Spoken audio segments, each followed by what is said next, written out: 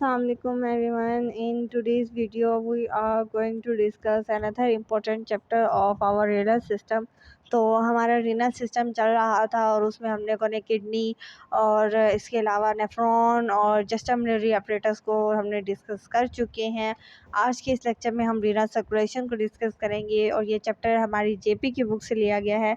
मैं सारा कुछ आपको जेपी की बुक से पढ़ाऊँगी। So let's start the lecture. और वीडियो को स्टार्ट करने से पहले I request to you to please to subscribe to my channel, like my videos, and also if you want to share it with your friends and share it. Let's start the video. So हाँ, renal circulation में हम लोग क्या क्या discuss करने वाले हैं, तो हम लोग ये चीज़ देख लेते हैं। तो सबसे पहले तो हम इसका इंट्रोडक्शन देखेंगे, रीनल ब्लड वेसल्स क्या चीज़ होती हैं, हम ये चीज़ देखेंगे। इसके अलावा इसकी मेजरमेंट किस तरह से हम लोग कर सकते हैं, रेगुलेशन इसके क्या है, ऑटो रेगुलेशन क्या चीज़ है, जो रेड कलर में हाईलाइट किया हुआ है ये बहुत इंपॉर्टेंट है। इसके अलावा इसके कुछ स्पेशल फीचर्स भी हम डिस्कस करेंगे। तो चलते हैं जी इंट्रोडक्शन की तरफ। तो blood vessels of kidney are highly specialized to facilitate the function of nephron and in the formation of urine। तो आप लोगों को पता है कि blood vessels जो है वो किडनी की बहुत ज़्यादा मॉडिफाइड ब्लड वेसल होती है, क्योंकि यहाँ पर यूरिन ने बनना होता है। सो इन अडल्ट के अंदर रेस्टिंग स्टेट के अंदर जो किडनी रिसीव करता है ब्लड 1 मिनट के अंदर, ठीक है, 1 मिनट के अंदर वो 13,000 ml है, ठीक है। तो सॉरी 1300। तो वैसे तो हम इसका कभी 1100 ml भी लिख लेते हैं, तो आप 13 भी लिख सकते हैं, तो इतना ज़्यादा डिफरेंस नहीं है। और जो कार्डियक आउटपुट हमारा किडनी रिसीव करता है 1 मिनट के अंदर वो 26% है। तो हमारा ये किडनी सेकंड मोस्ट ऑर्गन है जो कि इतना ज़्यादा मैक्सिमम अमाउंट ऑफ ब्लड जो है वो रिसीव कर रहा है। अब रीनल ब्लड वेसल्स को हम देखते हैं कि वो कौन कौन सी हैं।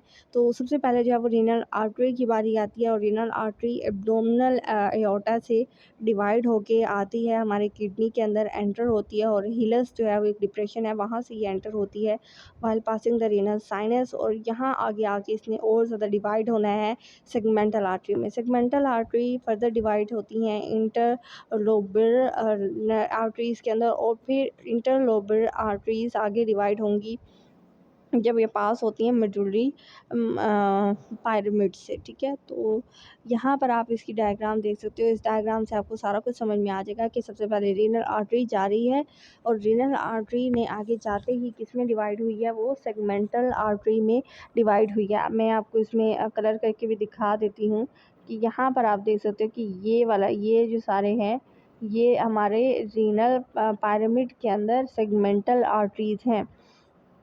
अब इससे आगे सेगमेंटल आर्टरी जो है वो फर्दर डिवाइड हो रही हैं किसके अंदर, इंटरलोबुलर आर्टरी के अंदर। और वो कहाँ पर है मैं आप लोगों को दिखाती हूँ। ये सेगमेंटल आर्टरी के बिल्कुल आगे इंटरलोबुलर आर्टरी आती है, और ये रीनल पिरामिड के अंदर आ जाती हैं। यहाँ पर सेगमेंटल आर्टरी था, जैसे ही पिरामिड जो है वो स्टार्ट होता है तो इंटरलोबुलर आर्टरी जो है वो बन जाती हैं। इसके आगे क्या डिवीज़न होती है हम देखते हैं। सो इंटरलोबुलर आर्टरी से आगे जो है वो एक्यूरेट आर्टरी जो आती हैं वो और एक्यूरेट जो आर्टरी हैं वो कहाँ पर हैं, आप लोग यहाँ पर देख सकते हो कि मैं आपके लिए हाईलाइट कर देती हूँ। ये है एक्यूरेट आर्टरी, ठीक है। इसके बाद जो आगे आएंगे वो आएंगे इंटरलोबुलर आर्टरी, और ये बिल्कुल उसके परपेंडिकुलर आ रहे हैं। यहाँ पर आप देख सकते हो कि ये है इंटरलोबुलर आर्टरी। और इंटरलोबुलर आर्टरी के बाद एफरेंट आर्टरियोल्स बनेंगे, ग्लोमेरुलर सेपरेटस बनेगा। उसके बाद एफरेंट आर्टरियोल्स के ज़रिए से फिर वेन्स का जो है वो कंसेप्ट जो है वो स्टार्ट हो जाएगा, ठीक है। सब हम लोग देखते हैं कि एफरेंट आर्टरियोल बन गए उससे, और एफरेंट आर्टरियोल जो हैं वो बोमन्स कैप्सूल के अंदर एंटर होते हैं, आप लोगों को ये चीज़ पता है। इसके बाद जो है वो after entry the Bowman's capsule जो ये डिवाइड होती हैं कैपिलरीज़ के अंदर, 4 to 5 कैपिलरीज़ बनती हैं। इसके अलावा ग्लोमेरुलस कैपिलरी जो है वो फर्दर आपको पता है कि डिवाइड होती हैं, और एफरेंट आर्टरियोल बनता है। एफरेंट आर्टरियोल के 2 कैपिलरी नेटवर्क होते हैं, एक पेरिट्यूबुलर कैपिलरी नेटवर्क और एक वासा रेक्टा। तो ये दो उसके कैपिलरी नेटवर्क हैं वो बनेंगे, ठीक है। पहले ट्यूबुलर कैपिलरी और वासा रेक्टा बन गया। उसके बाद आ गया वेनस सिस्टम। तो वेनस सिस्टम आपका स्टार्ट होगा। तो वेनस सिस्टम में सबसे पहले आपके पास पेरी ट्यूबुलर वेन्स बनेंगी। पेरी ट्यूबुलर वेन्स के बाद इंटरलोबुलर वेन्स बनेंगी, एक्यूरेट वेन्स बनेंगी, और इसके बाद सेगमेंटल वेन्स बन के और में फाइनल रीनल वेन बन जाएगी, ठीक है। और मेजरमेंट हमने कैसे करनी है रीनल ब्लड फ्लो की, तो वो पैरा अमाइनो हिपोरेटिक एसिड से करनी है, लेकिन ये इंपॉर्टेंट नहीं है तो हम ये नहीं करेंगे। अब ये डायग्राम, ये जो तो डायग्राम्स आपको दिखाई गई हैं, इनसे आप सारा कॉन्सेप्ट है वो क्लियर कर सकते हैं।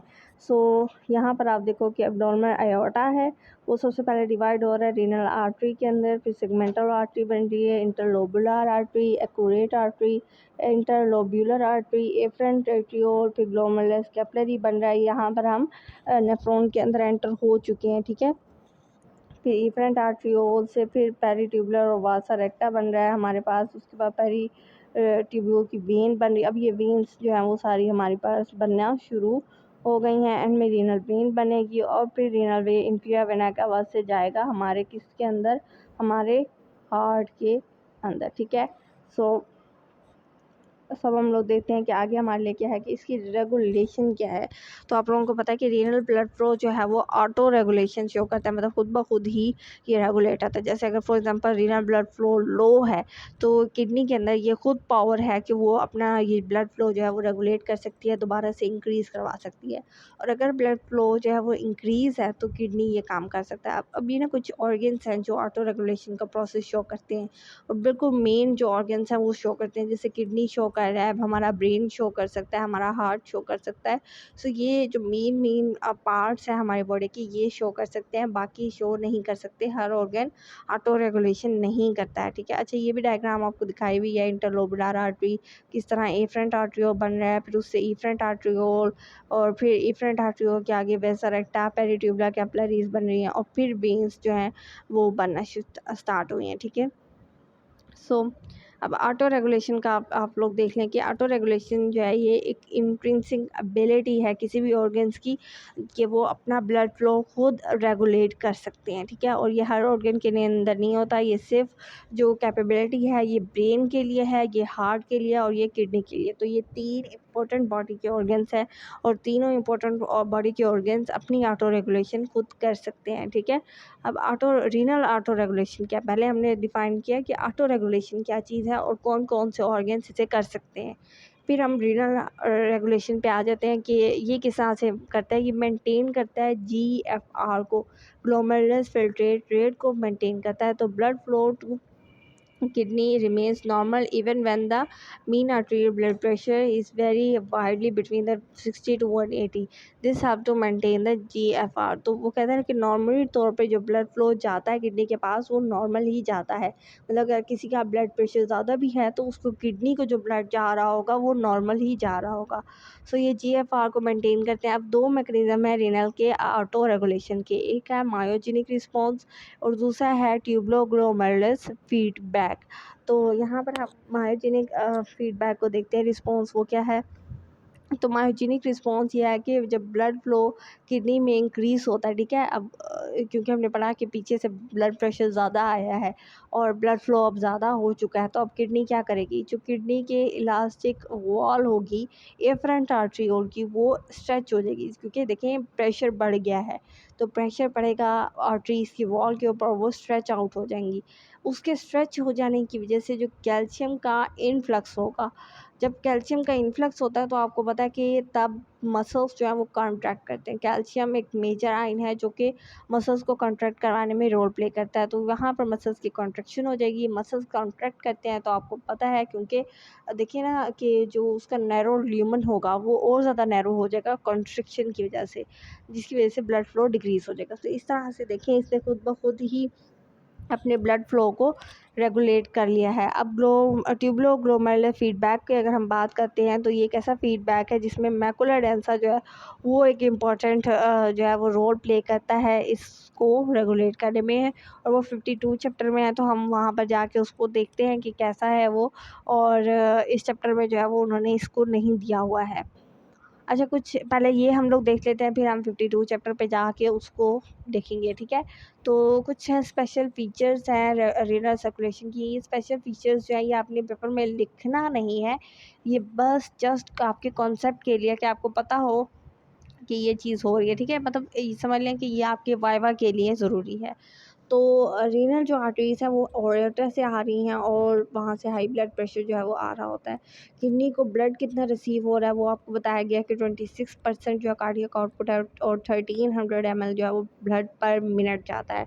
और जो पहला ऑर्गन है जिसको सबसे ज़्यादा जाता है वो लीवर है। मैंने आपको पहले भी बताया कि लीवर 30% कार्डियक आउटपुट देता है और 1 मिनट में तकरीबन 1500 ml जो है वो ब्लड ये लेता है। Whole amount of blood which flow kidney pass through the glomerulus capillary और फिर वो रीनल ग्लोमेरुलस। अच्छा, रीनल सर्कुलेशन का एक पोर्टल सिस्टम होता है, ये हाईलाइट किया हुआ है, आप उसको देख सकते हो। ये डबल नेटवर्क ऑफ कैपिलरी रखता है। रीनल के अंदर 2 कैपिलरीज का नेटवर्क है और वो कैपिलरीज कौन कौन सी हैं? एक तो है ग्लोमेरुलस कैपिलरी, ठीक है, जो कि ग्लोम्यूल्स में होता है। दूसरा है पेरीट्यूबुलर कैपिलरी, ग्लोमेरुलस के बाहर जो ट्यूबुलर पार्ट के अराउंड जो कैपिलरीज होती हैं उसको हम पेरीट्यूबुलर कैपिलरीज कहते हैं। सो ये रीनल का ये एक स्पेसिफिक फंक्शन है कि उसके पास 2 कैपिलरीज है नेटवर्क की, और किसी के पास भी 2 कैपिलरीज का नेटवर्क नहीं है। ये सिर्फ रीनल की खासियत है। उसके बाद रीनल कैपिलरीज का जो प्रेशर है वो हाई होता है with the pressure of 60 to 70। It much greater than the capillary pressure in us. It is only about 25 to 30 ml। High pressure is maintain in the glomerulus 50 diameter of afferent arteriole more than the efferent arteriole होता है। ये भी सब आपको पता है। अब peritubular जो कैपिलरीज होते हैं उनके अंदर प्रेशर बहुत कम होता है, यानी ग्लोमेरुलस कैपिलरी के अंदर प्रेशर ज़्यादा है। पेरीट्यूबुलर कैपिलरी के अंदर प्रेशर बहुत कम होता है, 8 से 10 माइक्रोमीटर जो है वो आ जाता है। तो ये रीनल एब्जॉर्प्शन की वजह से ये प्रेशर जो है वो कम हो जाता है। और ऑटो रेगुलेशन जो है वो रीनल ब्लड फ्लो में वेल एस्टेब्लिश है, ये चीज़ भी आप लोगों को पता है। अब हम देखते हैं कि ट्यूबुलर ग्लोमेरुलर जो फीडबैक है जिसमें मैकुलर डेंसा रोल प्ले कर रहा है, ये कहाँ कर रहा है, और हम देखते हैं कि 52 चैप्टर में इसके मतलब क्या चीज़ हमारे लिए दी गई है, ठीक है। अच्छा जी, ये मैंने निकाल लिया है 52 चैप्टर, और 52 चैप्टर में मैं ग्लोमेरुलस फीडबैक के ऊपर जो है वो पहुंच चुकी हूँ ताकि मैं आपको बता सकूं। और हमने इसमें कहा था कि मैकुलर डेंसा जो है वो इम्पोर्टेंट रोल इसके अंदर प्ले करेगा। और जस्टर मेडुलरी अपरेटस क्या होता है ये चीज़ हम पहले भी पढ़ चुके हैं, एक पूरा चैप्टर इसके ऊपर है और मैंने वीडियो अपलोड की हुई है। अगर आपने वो पहले नहीं देखी है तो वो जाके प्लीज़ देखें, क्योंकि अगर जब तक आप वो नहीं देखेंगे तब तक आपको ये समझ में नहीं आने वाला है। तो पहले उसको समझ लें, फिर ये आपको ईज़िली समझ में आ जाएगा, ठीक है। तो glomerular feedback is a mechanism that regulate GFR यानी glomerular filtrate rate through the renal tubule and macular densa. तो ये क्या है फीडबैक, इसके अंदर हो क्या रहा है, इसके अंदर ग्लोमेरुलस फिल्ट्रेट रेट जो है वो रेगुलेट हो रहा है, हमने उसको रेगुलेट करना है, ठीक है। ये फीडबैक में यही काम हो रहा है। और किसके ज़रिए से हो रहा है? मैकुलर डेंसा से हो रहा है। मैकुलर डेंसा जो है वो ग्लोमेरुलस अपरेटस का एक पार्ट है। कहाँ पर है और किधर है ये हमने पहले भी पढ़ा हुआ है कि ये थिक असेंडिंग लिम्ब के बिल्कुल एंड पोर्शन पे होता है, और इसने काम ये करवाना है कि ये सोडियम क्लोराइड की रीअब्जॉर्प्शन करवाता है, उसके लिए बहुत सेंसिटिव होता है। जब भी ग्लोमेरुलर फिल्ट्रेट पास होता है इस टर्मिनल पोर्शन पे यानी थिक असेंडिंग ट्यूब्यूल से जब पास होता है तो मैकुलर डेंसा जो है ये एक सेंसर की तरह काम करता है। क्या करता है? ये एक सेंसर की तरह काम करता है। अब इसने करना क्या है, इसने क्या, it detect the concentration of sodium chloride in the tubular fluid according to alterate the blood flow and GFR. तो यहाँ पर ये क्या करेगा, सोडियम क्लोराइड की कंसंट्रेशन को ये डिटेक्ट कर लेता है। और ये किस तरह से डिटेक्ट करता है, इसके पास कोर ट्रांसपोर्टर्स होते हैं। अब किस तरह से डिटेक्ट करेगा, देखिए ना, सोडियम क्लोराइड की कंसंट्रेशन में या तो इंक्रीज़ होगा या डिक्रीज़ होगा, उसी इंक्रीज़ डिक्रीज़ को इसने डिटेक्ट करना है। अगर वो इंक्रीज़ होता है फॉर एग्जांपल तो ये जीएफआर को भी इंक्रीज़ कर देगा, यानी डायरेक्टली रिलेशन है। और किस तरह रिलीज़ करेगा, ये एडिनोसिन को रिलीज़ कर देगा। एडिनोसिन जो है वो काज करेगा, कॉन्ट्रिक्शन करेगा एफरेंट आर्टरियों की, जिसकी वजह से ब्लड फ्लो जो है वो डिक्रीज़ हो जाएगा, जीएफआर वापसी डिक्रीज़। तो पहले इंक्रीज़ था, इसने एडिनोसिन रिलीज़ किया, एडिनोसिन की रिलीज़ करने से ये हो गया। तो ये इंक्रीज़ जीएफआर हुआ, इंक्रीज़ हुआ सोडियम पोटाशियम की कंसंट्रेशन, मैकुलर डेंसा से एडिनोसिन रिलीज़ हुआ, कंस्ट्रक्शन हो गई, वापसी ग्लोमेरुलर फ्लो बैक डिक्रीज़ हो गया। ये था फीडबैक सिस्टम, वापसी हम डिक्रीज़ की तरफ आ गए। इस तरह से ये सारी चीज़ें हो रही हैं। अब दिया हुआ है कुछ फैक्टर्स जो कि इफ़ेक्ट करते हैं इसको, इसी सेंसिटिविटी को, जैसे एडिनोसिन, थ्रोम्बोक्सिन, प्रोस्टाग्लैंडिन, ये चीज़ें कुछ हैं जो इसकी सेंसिटिविटी को डिक्रीज़ करते हैं, जैसे atrial nucleic peptidic factor, cyclic AMP, prostaglandin ये वगैरह। अगर अब ये स्टेट आ गई है कि हमारा जो सोडियम क्लोराइड है वो डिक्रीज़ हो गया, जब ग्लोमेरुलर फिल्ट्रेट डिक्रीज़ हुआ है, सोडियम क्लोराइड डिक्रीज़ हो गया है। अब क्या होगा कि मैकुला डेंसा से प्रोस्टाग्लैंडिन, रेनिन ये चीज़ें रिलीज़ होंगी और इनकी वजह से एफरेंट आर्ट्रियोल डायलेट हो जाएगी, तो जो एफरेंट आर्ट्रियोल है उसकी कंस्ट्रक्शन होगी, जिसकी वजह से क्या होगा, अगेन बैक जो है वो ग्लोमेरुलर फिल्ट्रेट इंक्रीज़ हो जाएगा। जब हमारी कंसंट्रेशन कम थी सोडियम क्लोराइड की तो हमने एडिनोसिन रिलीज़ किया, और जब हमारी जो सोडियम क्लोराइड की कंसंट्रेशन कम है अब, तो हमने प्रोस्टाग्लैंडिन रिलीज़ किया, रेनिन रिलीज़ किया, और जब हमने एडिनोसिन रिलीज़ किया था तो एफरेंट आर्ट्रियोल को हमने कॉन्ट्रैक्ट करवाया था। अब हम एफरेंट आर्ट्रियोल को रिलैक्स करवाएंगे, एफरेंट को कॉन्ट्रैक्ट करवा के उस उधर हम लोग ग्लोमेरुलर फिल्ट्रेट को कम कर रहे थे क्योंकि वो पहले ज़्यादा था। अब इधर कम था पहले, तो हमने उसको ज़्यादा कर दिया। तो ये था ग्लोमेरुलर फिल्ट्रेट के बारे में। तो आई होप कि आप लोगों को ये सारी चीज़ समझ में आ गई होगी। ये चैप्टर हमारा यहीं पर होता है ख़त्म, फिर हम नेक्स्ट चैप्टर को डिस्कस करेंगे नेक्स्ट वीडियो में। और तब तक के लिए अल्लाह हाफ़िज़। Keep watching my video, subscribe to my channel, ताकि आपको जेपी के हर चैप्टर की कंप्लीट इन्फॉर्मेशन आपको मिलती रहे। So take care of yourself. मिलेंगे अगले लेक्चर में, तब तक के लिए अल्लाह हाफ़िज़।